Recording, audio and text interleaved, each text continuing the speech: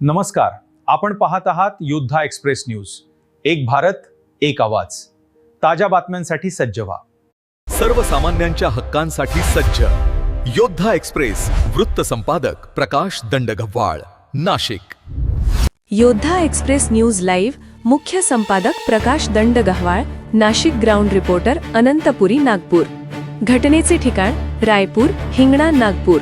घटना: एका 50-55 वर्षीय अनोळखी महिलेकडून 4 वर्षांच्या चिमुकलीला पोत्यात टाकून अपहरण करण्याचा प्रयत्न। कारवाई: नागरिकांनी वेळीच हस्तक्षेप करून मुलीची सुटका केली। हिंगणा पोलिसांनी संशयित महिलेला ताब्यात घेतले असून पुढील तपास सुरू आहे।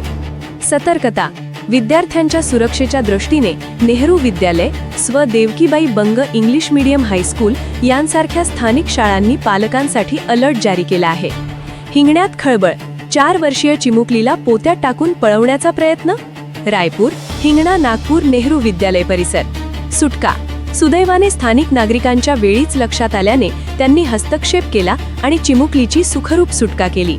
पोलिसांची कारवाई: नागरिकांनी महिलेला हिंगणा पोलिसांच्या ताब्यात दिले असून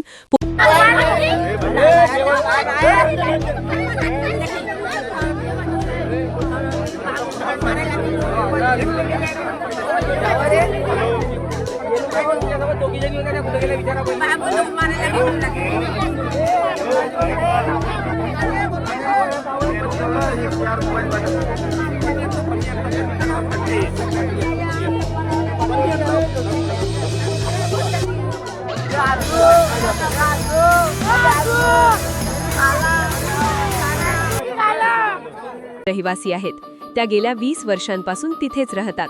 दवाखान्यात गेल्या होत्या। 13 मार्च रोजी या वृद्ध महिला एका सरकारी दवाखान्यात दातांच्या उपचारासाठी गेल्या होत्या। पाणी मागितल्याने झाला गैरसमज।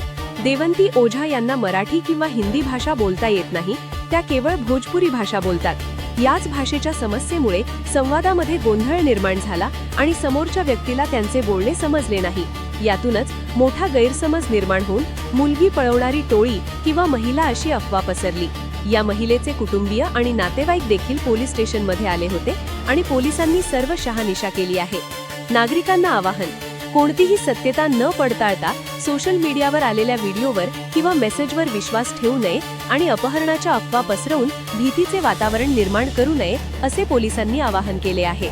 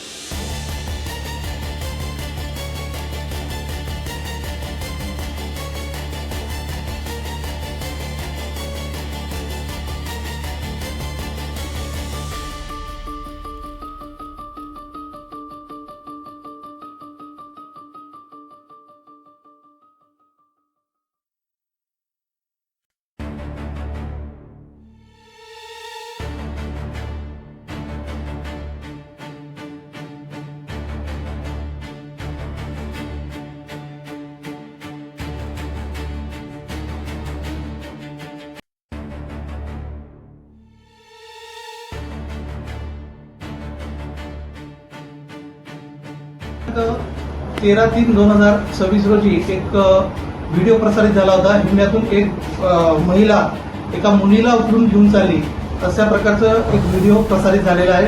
प्रसारमाध्यमात इकडे तिकडे तो फिरतोय। तसा कोणताही प्रकार नाही। देवंती विजेंद्र ओझा, वय 60 वर्ष, राहणार भीमनगर, इस्लासरी। ही महिला सरकारी दवाखान्यामध्ये दाताच्या इलाजाकरता आली होती। तिला गोळ्या घ्यायच्या म्हणून तिने पाण्याची मागणी केली, परंतु त्या सदर महिलेला थोडंसं मिसअंडरस्टँडिंग झाली की सदर महिला ही माझ्या मुलीला उचलून घेऊन चालली आहे म्हणून। असा कोणताही प्रकार नाही आहे। सदरची महिला ही 20 वर्षापासून भीमनगर येथे राहते। तिचे नातेवाईक वगैरे सर्व मुलं पोलीस स्टेशनला आलेले आहे। असा कोणताही प्रकार नाही। तिला मराठी किंवा हिंदी बोलता येत नाही, ती भोजपुरी बोलते। त्याच्यामुळे हा बोलण्यामध्ये आणि समजण्यामध्ये मिसअंडरस्टँडिंग झालेली आहे।